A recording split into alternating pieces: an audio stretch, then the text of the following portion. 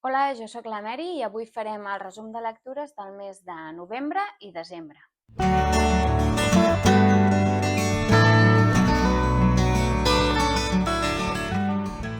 El resum que farem en aquest vídeo serà el resum de les lectures de novembre i desembre. Al novembre vaig llegir bastant poquet, bueno, tres llibres, i aquest desembre, com que em vaig acabar un de llarg, jo crec que ja no em donarà temps d'acabar-ne cap més. Llavors, per això vull fer el resum junt de novembre i desembre i si de cas n'acabés algun, que ho dubto, perquè són dies de moltes coses a fer, de comprar i de comprar, que m'encanta el Nadal a mi, se'm nota a la cara, ja ho veieu. Soc el Grinch d'aquesta casa. Llavors, segurament ja no tindré temps de llegir-me res més i res, he decidit fer això. Si hi hagués algun moment en el que pogués llegir i acabar-me el llibre que estic llegint actualment, doncs ja ho ficaria pel mes de gener, com si l'hagués llegit al mes de gener, ja està. Ho dubto, per això, però bueno. La primera lectura que vaig fer o que vaig acabar el mes de novembre va ser Alguns ocells muts, de l'Òscar Palazón, i aquest llibre el vam llegir en un taller que va fer l'Ester Enric, que és professora de l'Escola de Lletres de Tarragona, un taller, o unes xerrades que es diuen bibliòpsia. Aquí, en aquestes xerrades, el que fa l'Ester és agafar un llibre o proposar un llibre i ens el deixa llegir, ens invita a llegir-lo, però des de la mirada crítica de l'estructura, de la composició, de l'argument, de com està escrit. I llavors quedem un dia a la biblioteca pública, ve l'autor d'aquest llibre i ens desgrana l'estructura, com ja us he dit, l'estructura, la veu, parlem de totes aquestes coses així més tècniques de com ha arribat a escriure aquest llibre aquest autor. En aquest cas vam fer Alguns ocells muts, de l'Òscar Palazón, que és un llibre que ens parla d'un protagonista que parla en segona persona, la veu del protagonista és en segona persona, i està tancat en un hotel, però no sap per què està tancat. No sap què hi fa allà, ell parla es parla a si mateix, diguéssim, i es pregunta coses, no? És molt poètic, també filosòfic, i ell, clar, ell no sap què hi fa en aquest hotel, com ja us he dit, no? S'arriba a descobrir perquè hi ha una segona part en què es dona veu a altres personatges que et desvetllen una miqueta el sentit de la narració. És un treball molt poètic, està super ben escrit, a mi em va agradar molt com està escrit. A més, també et fan ganes de llegir-lo en veu alta perquè té una sonoritat molt especial, no? molt poètica, juga molt amb les paraules, a part fa una mica de metaliteratura també, dintre del relat o dintre de la narració parla algunes vegades de literatura, no en el sentit de literatura en el sentit de escriure sobre algun autor, no? Sinó que què és la literatura, per exemple, i molts trossos de...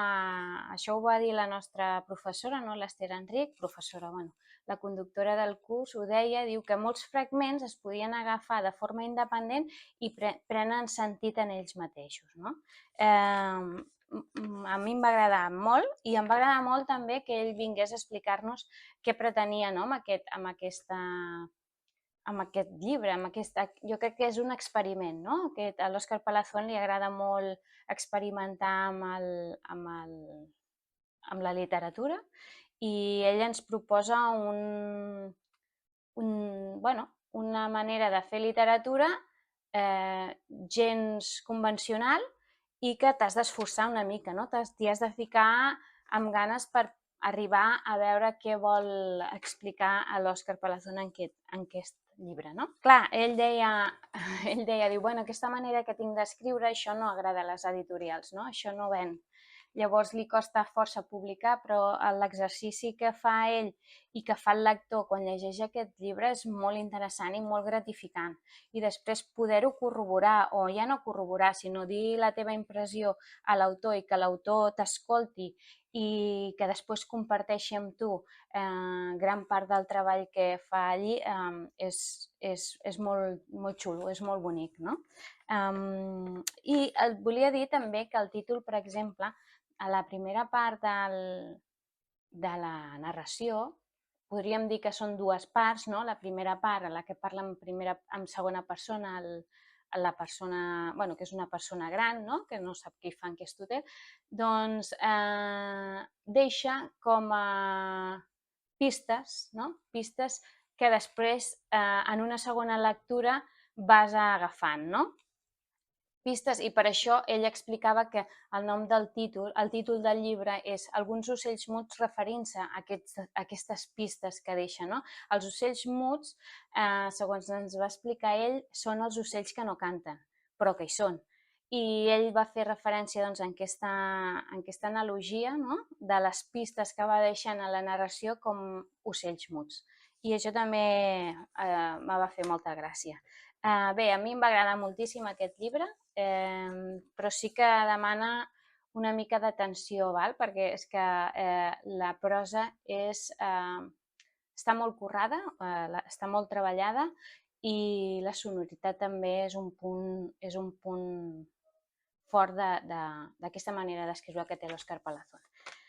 El segon llibre que vaig llegir va ser 24 hores de la vida d'una dona, que bé, aquí és Zweig amb totes les seves característiques, ens fa un retrat d'una dona durant 24 hores que li va passar un succés, li va passar un fet, no?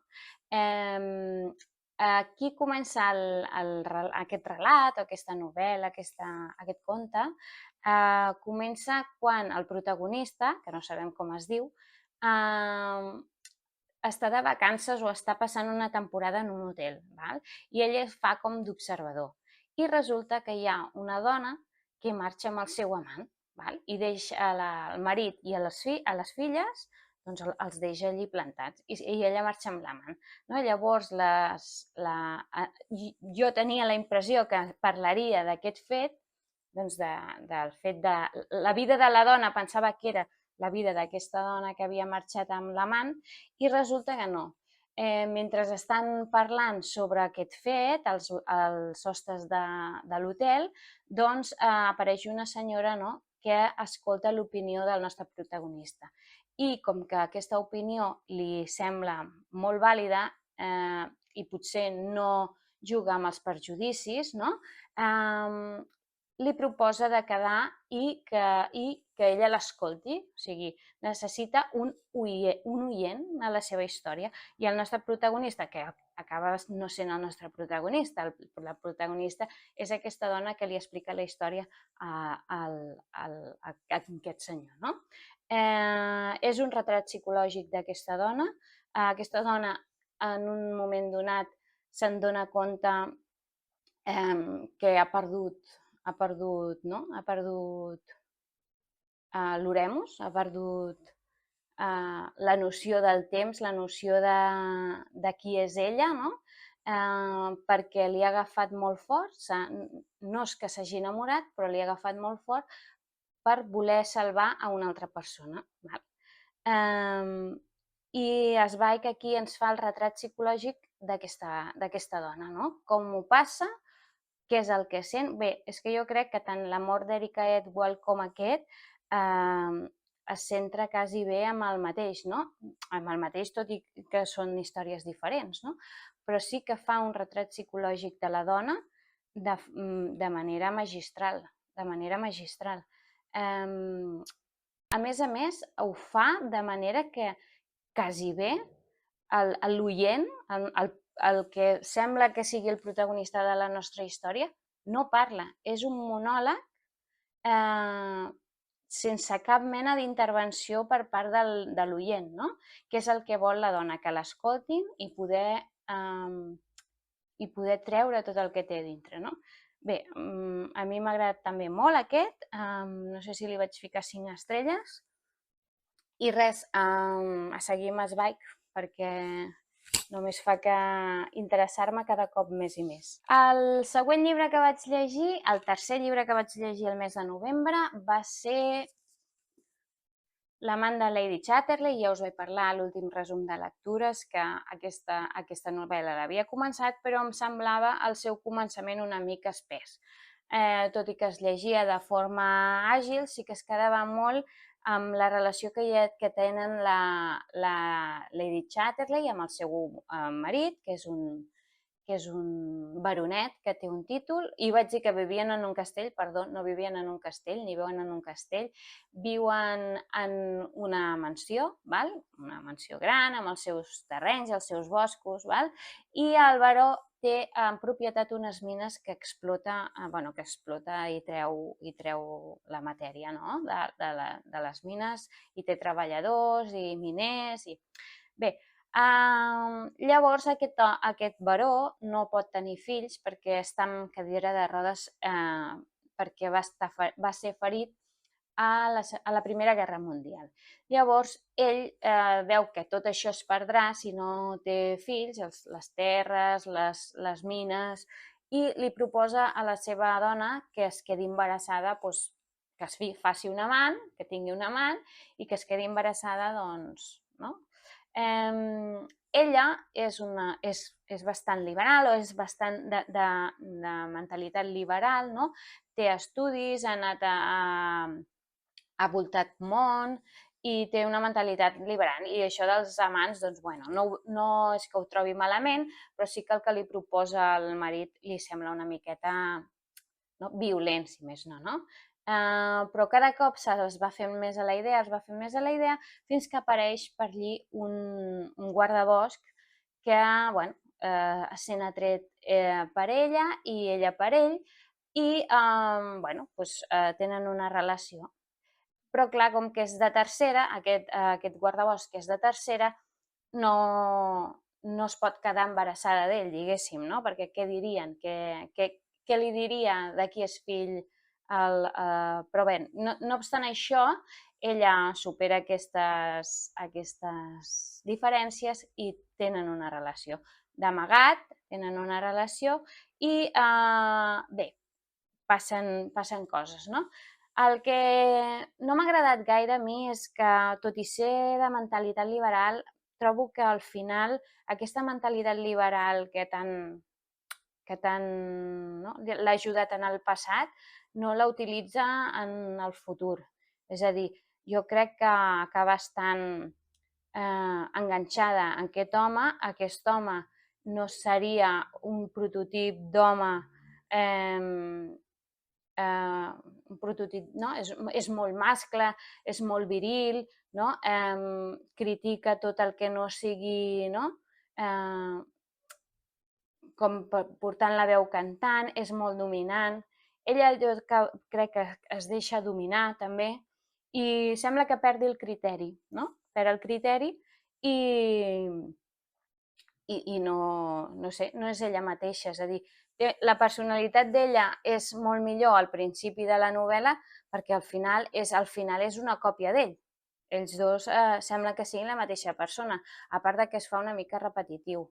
Jo ho sento molt, jo sé que va ser molt revolucionari, no? Perquè sí que surten escenes explícites de sexe, però, vaja, tret d'això, i la crítica que fa de les classes socials, no? De les diferències socials, del poder econòmic de cada classe social, tret d'això, a mi no em va semblar una història massa gratificant, I després, al final, també trobo que és un final acabat de manera precipitada, que no sabia com acabar i vaja, li he posat 3 estrelles perquè és de l'editorial Viena i és molt bonic, però jo li hauria posat 2 estrelles, Però bé, les expectatives ja sabem el que fan, no? I l'altre llibre que m'he acabat al mes de desembre, de moment no em porto cap al desembre més que aquest, és bastant llarg, és de l'Stephen King, que és el Billy Summers, que és aquest mercenari, aquest assassí a sou, que només agafa treball si la persona a la qual ha de matar és mala persona. Bé, no és ben bé així, no com el Stephen King sempre fa, el blanc no és del tot blanc i el negre no és del tot negre, i aquesta història ens explicarà doncs, que aquest assassí a sou s'ha de fer passar per un escriptor. I llavors ha de matar a una persona que surt de la presó i va cap als tribunals per tenir el judici, i llavors en aquell moment ell s'ha de preparar per disparar-lo i matar-lo. És una mala persona, li expliquen que ha fet, ha matat a un nen, ha matat a un noi, no a un nen, ha matat a un noi, i que ha intentat abusar d'una altra persona, d'una dona, i que per això està a la presó, entre altres delictes. I ell agafa el seu últim treball i per jubilar-se, i li pagaran, no sé si $2 milions, i ho fa una mica sense tenir-les totes, però com que el preu que li paguen és molt elevat, doncs l'agafa. Bé, ell s'ha de fer passar per un escriptor i ha de posar-s'hi amb tots els ets i uts, no? Es ficarà a escriure la història de la seva vida, d'acord? I llavors anem en paral·lel, què és el que passa, no? Què és el que fa ell, quins preparatius fa per arribar al dia X i tenir-ho tot preparat, però a part també anem veient com escriu o com es va forjant aquesta història que ens explica la seva vida. Per exemple, ell comença en el moment que el seu padrastre o el nòvio de la seva mare, el padrastre tampoc ho era, el nòvio de la seva mare mata a cops a la seva germana petita perquè se li havien cremat unes galetes, i ell agafa la pistola i mata el nòvio de la seva mare. Llavors, a partir d'aquí, ell té una vida una mica, no de desgraciada, perquè no va de víctima, que està bé, no? Sinó que intenta tirar endavant, doncs al final està sol, perquè la seva mare al final acaba molt malament també, i passa a mans d'un centre de menors, i allí coneix gent, i d'aquí va a l'exèrcit passa moltes coses. Bé, està molt bé, al final m'ha agradat molt, que diuen que els finals de Stephen King a vegades no són rodons del tot, jo en aquest cas m'ha agradat bastant, i ha sigut superaddictiu, m'ha agradat moltíssim.